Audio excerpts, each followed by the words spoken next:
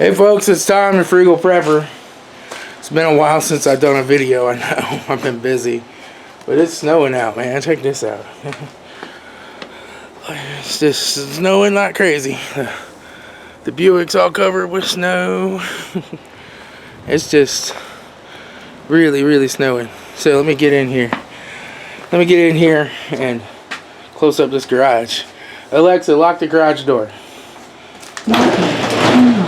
But I did get the garage door fixed. Let me show you here. Alright, so I had to do some work on the garage door. The old garage door, she just kind of fell apart on me. Let me show you what's going on.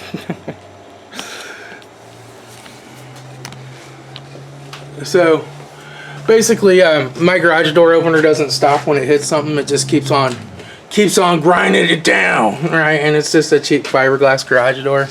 So it bent this aluminum support and basically shredded all this fiberglass and bent the top all up. And so I took this off and hammered it straight. And then I put a board across here and put some screws down into it to give it some more structure to help hold that straight. And then I hammered this flat. I put some large washers and bolts through here. If you can see it with the light exposure, it's kind of hard. But and then basically I took some fiberglass resin on the outside and some fiberglass and just patched that all up so that it's at least somewhat airtight, as much as it can be, you know. But you know, it kind of is what it is. It's an old door, an old opener. I would have liked to have gotten a brand new insulated garage door and opener. I would have paid for it, had the money, but there aren't any in stock until like May. They're all on back order till May. So there's no garage doors in stock. So I just had to patch it together and make it so it'll close and stay somewhat secure. You know, you got all your tools out here. You don't want the garage door just loose and flopping open. And that old garage door opener, it still works, but it's got to go. It doesn't have any inputs for any type of the little laser light things that go across the bottom. It doesn't play that. It's from like 1980 or something. So that it's gonna have to get replaced. And then that way, when something's down there blocking it, it'll stop. And if it does hit it anyway, because it doesn't hit the lasers, it'll auto reverse and come back up instead of just keep on grinding away. But yeah, I got a lot of stuff to clean out in this garage, just old stuff to get rid of. And I've just been really busy. I made a few $1,000 or a couple $1,000s out here last weekend, and you can see my tools are just all everywhere in a mess. And that just happens, you know, when you're working on that many cars in a row. You just keep cranking and getting them done. Gotta sweep all this oil dry up off the floor. I need to bleed the water out of my air tank too. But basically what I'm planning on doing with this garage, probably a next spring summer project, is all these windows are getting replaced. There is going to be an air conditioner put in this window, but I got to move all this firewood back here and get rid of those posts, and then I'll put an air conditioner back here in this window. I'm going to do a good insulated garage door. These beams that run across here are going to come out, and I'm just going to go up higher and go across with several sets of reinforcements to help hold that roof solid. And then I'm going to take this out. This whole upper storage area is getting cleaned out and coming out, just because there's not a lot of space there, and when I want to raise the hood on something and jack it up, it usually hits, and I got to put like foam mats under there to keep it from hitting. So it'd be nice to have that out of the way. All these shelves are coming out, and I'm getting some big 16-inch deep industrial strength shelving to put across there. This pegboard's coming down. I'll probably will paint the walls white to help reflect more light. And then this door is coming out. It's getting framed in, putting some siding over the outside of that. I'm not going to redo it with the concrete block. But then up here, this is actually a side door that opens out, but I have it screwed shut. And that's just coming out, and I'm building the wall structure in there with some siding. And then I'm going to put in a outward facing, just a 32-inch door, so that you can walk in and out of the garage without having to open the main door. This door is all rotten at the bottom. It don't even open right anymore. And that just needs to come out. And then, of course, that shelf will be going away.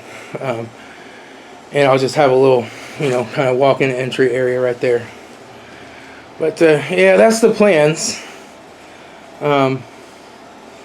I'll see how much of it I get to next spring and how much I don't.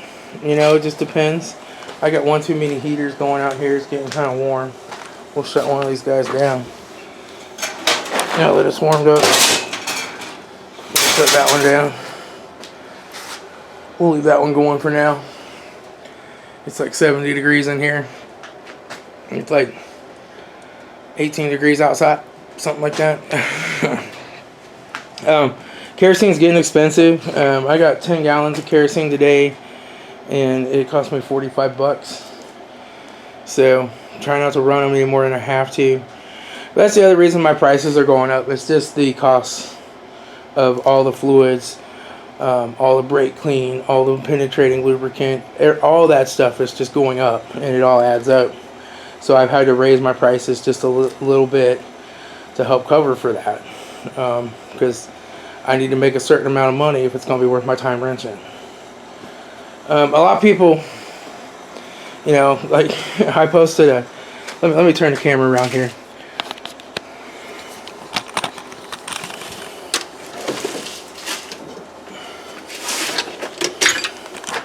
So some people will like try to make fun of your tools or try to convince you that you should be buying Snap-on and Matco tools and all this kind of stuff. And I don't know. If you're a professional auto mechanic, whatever, do whatever you want. I just don't. I don't play that. I buy tools that work, and that might be a Carlisle, it might be a Harbor Freight, it might be whatever brand. As long as it works, it's a reasonable price that I can afford, and I can turn bolts with it, and I can make money with it. I buy it and I use it. And I use it till it's all used up, and then I exchange it if I can for a new one. If I can't, then I buy another one. And maybe I'll step it up a little bit when I buy the next one, right? First of all, there's a lot of tools that you get that you just don't use that much, right? I don't use little stubby standard size wrenches that much. So these are Pittsburgh, they're cheap. But every once in a while you need one, and I have one, right? But there's other tools that I use all the time that I will step it up. I have a Carlisle ratchet and not some cheap Harbor Freight ratchet. I mean, I have some cheap Harbor Freight ratchets too, but everybody's got to have a couple of Harbor Freight ratchets. But there's other tools that you use more often that you might want to step it up a little bit on. But you can always buy the cheap one and use it up and see how long it lasts. And if it doesn't last that long, then you can step it up to a higher brand. I just don't see the need to go into a whole lot of debt or spend a whole lot of money on the Snap-on truck or the Matco truck or the Matco Cools truck, or I don't know, Matco, whatever they are. I just don't see the need. There's plenty of good tool options out there. There's Gear Wrench, there's Carlisle, there's just a ton of brands, and brand doesn't even matter. Just pick what works for you and pick what you can afford. And like on my high end, I buy DeWalt power tools. On my low end, I have Ryobi crap, right? I use it till it burns up, and I throw it away and buy a new one. And this there's a little power ratchet. This is a Husky. This thing's worked good. I've used the crap out of it. It works good. But just be wary of the people who have like whole drawers full of ratchets that they never use. Because how do they know how well those ratchets work? Because they don't necessarily use them that often. And I'm not saying that they don't wrench, but they might just have one or two of their main ratchets that they use, and then they have a drawer full of collected ratchets. They're not using all of those every day. right? So I don't know. Um, I buy medium range tools to cheap tools, and I've never really had any issues doing that. I mean, I've had a busted ratchet and a snapped off, snap or cracked socket, a broken wrench here or there, but it's just not a that often kind of thing. It's just really not. Um, some of your really cheap Pittsburgh wrenches, I don't know if this is one. Sometimes you get ones where this broaching isn't quite flat and it just won't grab the bolts well. I mean, look out for that kind of stuff, but I actually got some Cobalt metric wrenches. Those things are excellent. Those things are just great wrenches. Duralast branded tools are great. You can just exchange them at AutoZone. I've just had no problems whenever I've broken something Duralast. AutoZone exchanges it out for me and it's done. But do what you're good at. If you're really good at doing brakes or brake lines or whatever, just do it. I don't know, like some guy was leaving a comment on my channel about like how I struggle with doing brake lines. Like, brake lines are easy money makers for me. I cop them. I got all my fittings. I've got the regular style flaring tool. I've got the power flaring tool. I forget the name brand, but it's the hydraulic one. I've got all kinds of fittings and adapters here, and I do a lot of brake line repair because I live in Ohio and those brake lines rust out on those older cars, and it's easy money. Easy money. Jack them up, get under there, run the new line, flare them up, put them on. I don't use my hydraulic flaring tool that often for brake lines though, because it's just faster just to use a manual one. But it comes in really handy for doing like the fuel fitting lines, the transmission fittings, all those, the Jiffy type fittings, all that stuff. It comes in really handy for that. And it comes in handy if you got to crimp a flare brake line and you have a really restricted access to get in there with the regular flaring tool.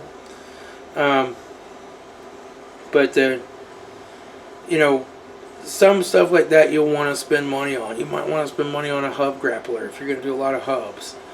But in general, you don't need to go and spend thousands and thousands of dollars on Snap-on tools and pay 27% interest on it with Snap-on credit and just go crazy.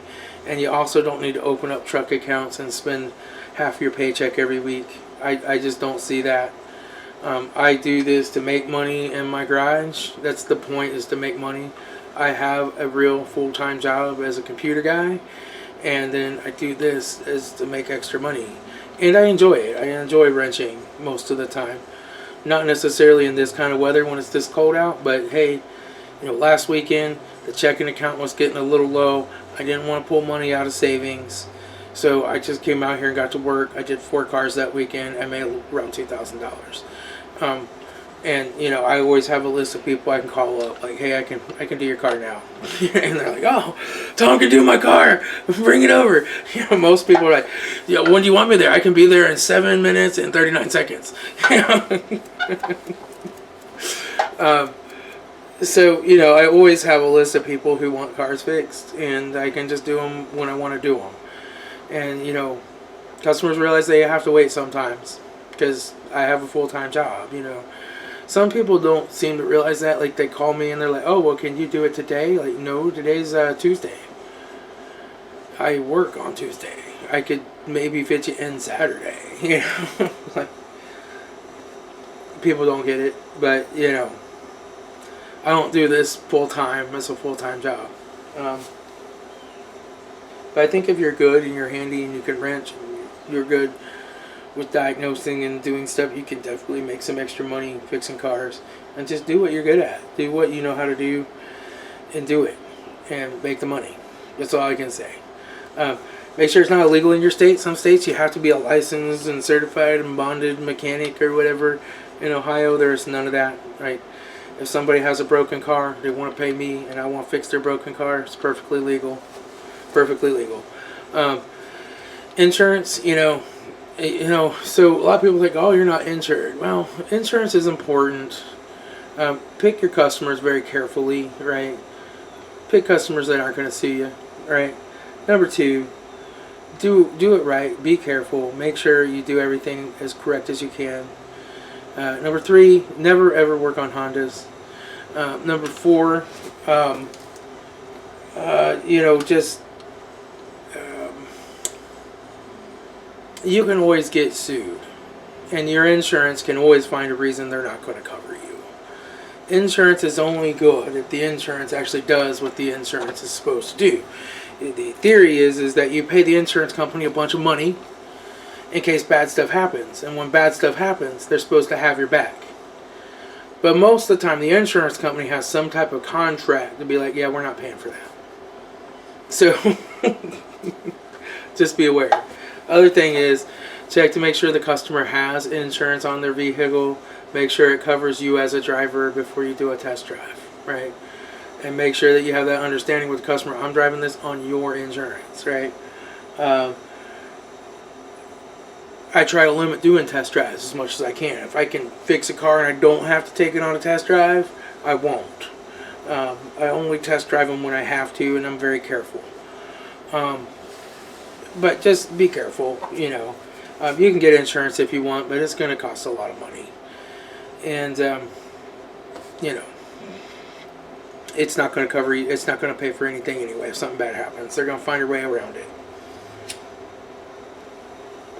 I do mess up sometimes. I have messed up.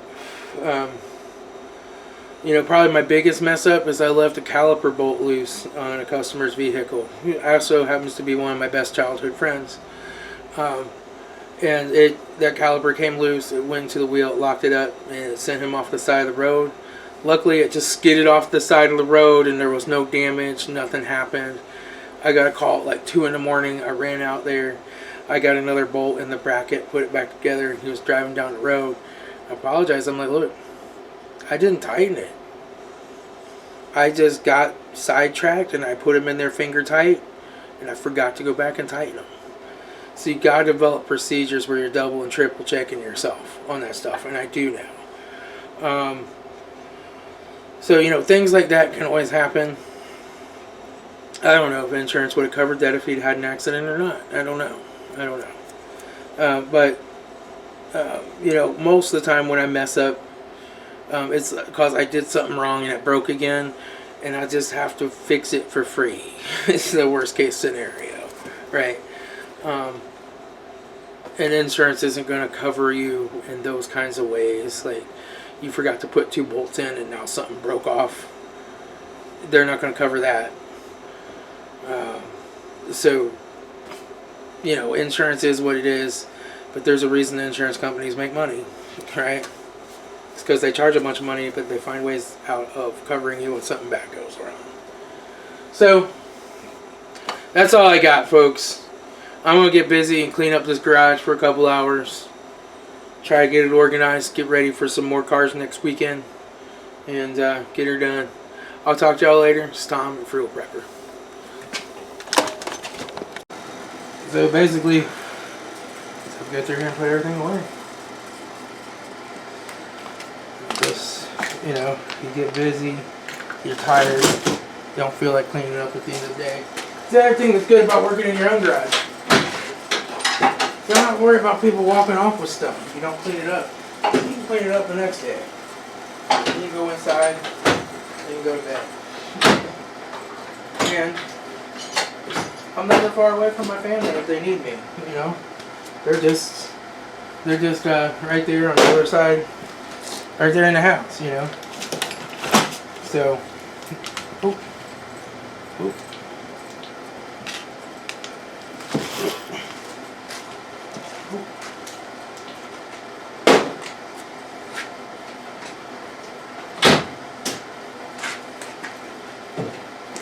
But yeah, this is basically just a whole lot of cleaning.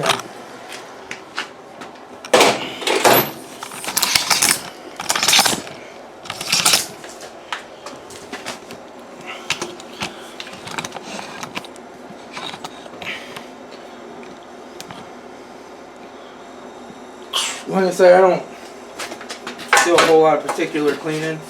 I just kind of try to throw stuff in here. So it's relatively in one layer as far as my pliers. And It'll have to stack a little bit, but yeah, just kind of get them put in there.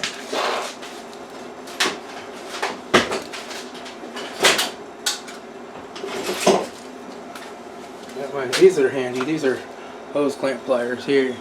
You can, maybe, yeah. You can open these up and then clamp them down on a hose to stop it from leaking. A friend of mine who's a mechanic gave me these a long time ago. It just says made in USA, don't have a brand name on it. Wire strippers. This is my rivet gun, my pop rivet gun. Here.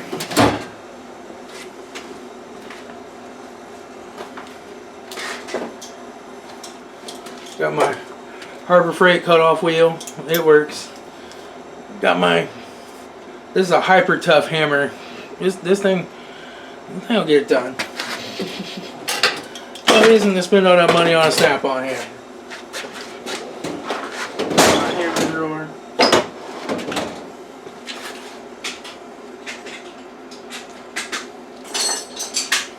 I find that generally, as far as tool organization goes, it's just a matter of keeping stuff in the same place that you're expecting it to be, so that when you go to grab it, it's there.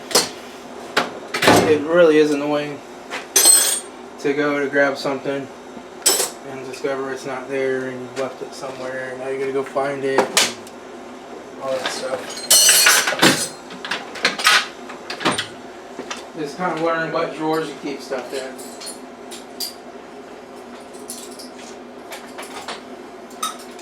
And my other, this is normally my inside drill. I don't know what it's doing out here. It needs to be back in the house. Drill bit back there. These wrenches. My wrenches could use a little more organizing. That's for sure.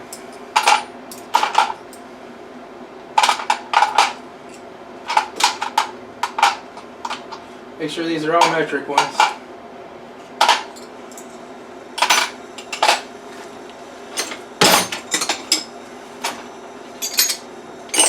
This is my special wrench for doing the these two both are.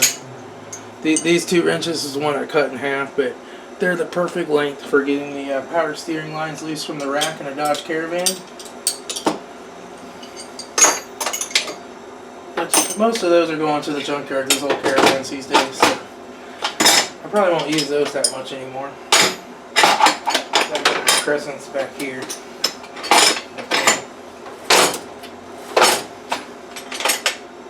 Get that moving around. Get the fit in there a little better. Maybe.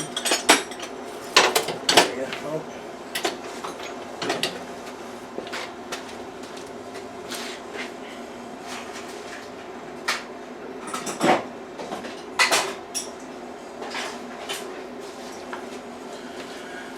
Got my brake parts lubricant. That goes over here in my brake drawer.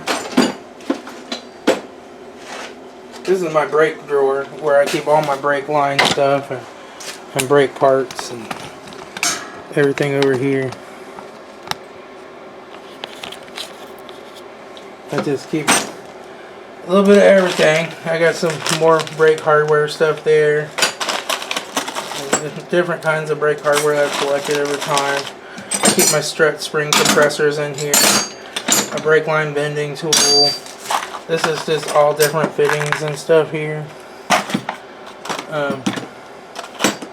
And then I also have these drill bits here for extracting brake bleeders. I have a good video on how to extract brake bleeders. If you ever want to watch it, I'll put a link to it. These are all my brake bleeder assortment, so that I can replace brake bleeders once I extract them. I've got, this is actually a snap-on flaring tool here. It's an old one, but that's my snap-on flaring tool. I love this tool, it works really well. I also have this bubble flaring tool. Or this is a bubble flaring tool. And then I also have this one.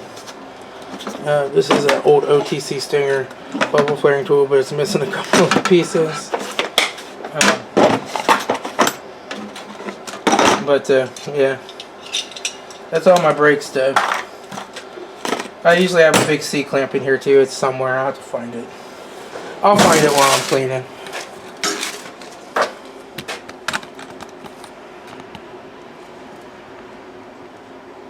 But yeah, I just put my screwdrivers back. These pliers in here. There's another wrench.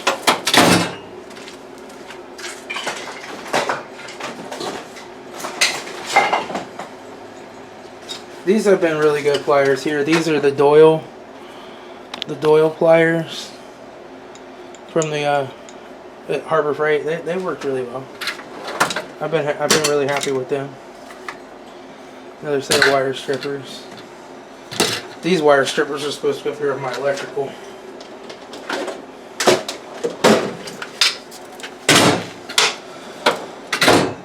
I got 13.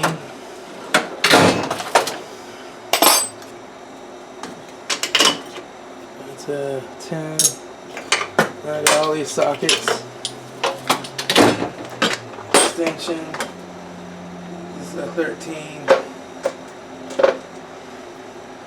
The heck is that one? That's a 19 half inch.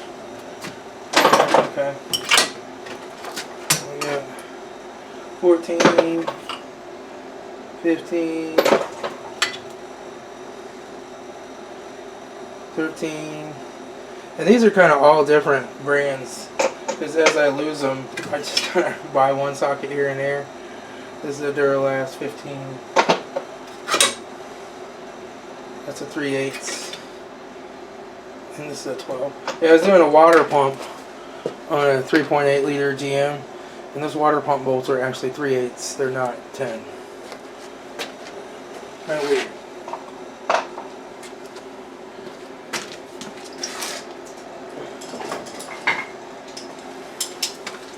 I got my low profile socket. This is the really slim little 3/8 drive 15. Comes in handy getting some places. Here's my Carlisle ratchet that I really like. This thing's really handy.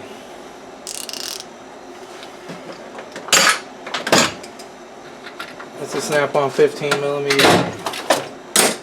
See, I have a Snap-on tool. You can call me a professional now.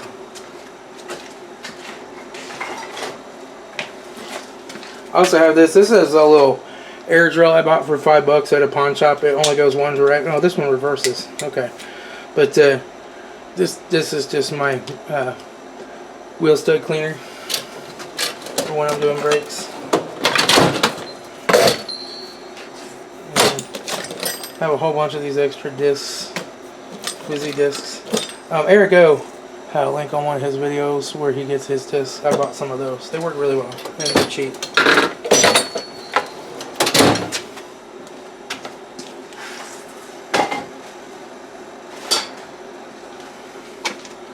Got my pump wedge for when I lock myself out of the truck.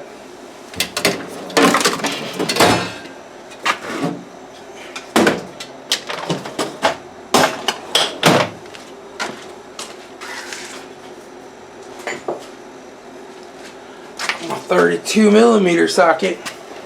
I'll go up here with all these big sockets, which I need to move some stuff around up here. Move these let me move my American flag. I just recently bought some additional sizes here. So I have a 32, this a 34, this a 35, and I have a 33 now. Just because I was running into a few axle nuts that took the bigger size. And then I also have this is my Honda harmonic balancer socket. It's a big solid chunk of steel, so it hits harder. Get those Honda bolts out. Don't ever work on Hondas. It's not worth it. You'll get stuck. You'll get stuck with the bill every time working on Hondas.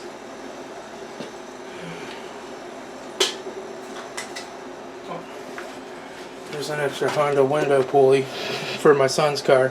They only came in a 2-pack. His window crank pulley broke.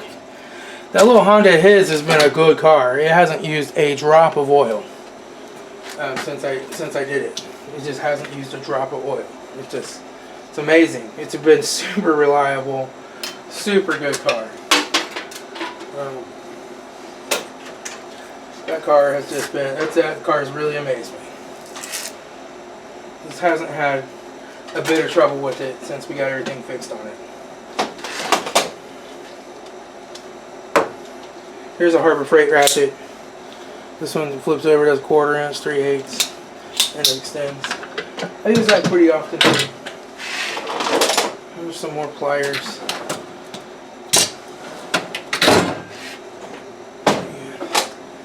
Here's my hair ratchet. Here's my other impact.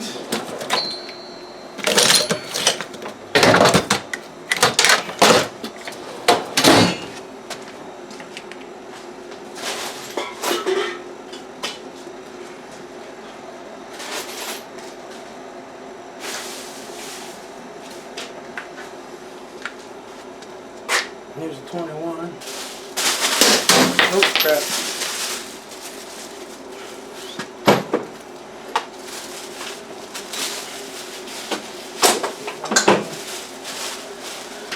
This guy here normally lives in my truck, but I'm just going to stick him down here in this bottom drawer for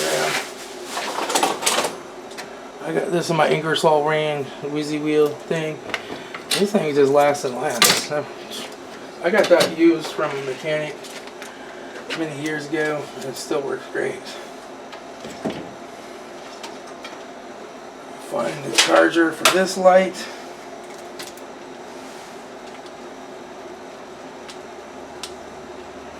There we go. Get back there.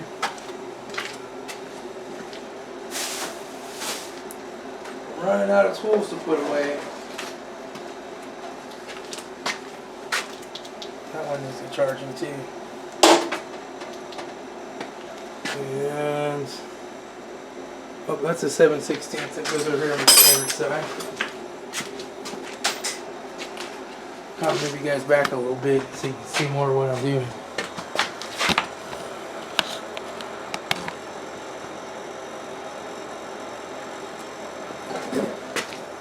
I'm just trying to find more tools to put away now. Here's some.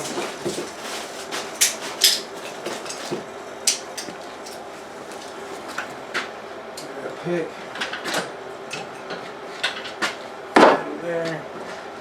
I'm just going to set this over here now too. There's some pliers.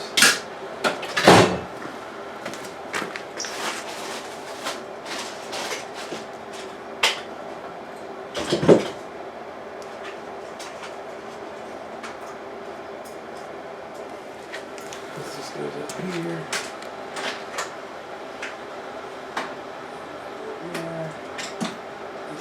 Goes in here. That goes in the trash. That's a crow's foot. The rubber section. This in there. This is a 1/4 inch. 10. There. That's junk.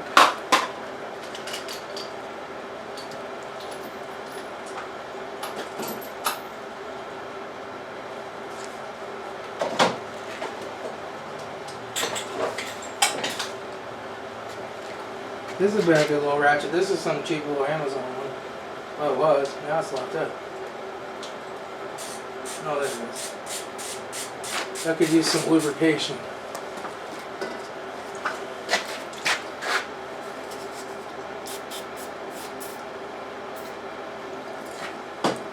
Kind of rusting. There we go.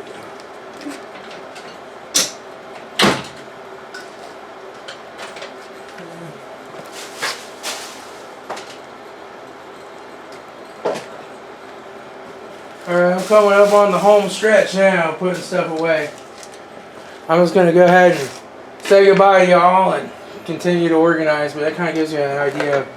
I just stick my tools in drawers so that they're in general where I expect them to be, and I can find them when I need them. That's how I roll. I don't spend a whole lot of money on tool storage. All right, I'll talk to y'all later.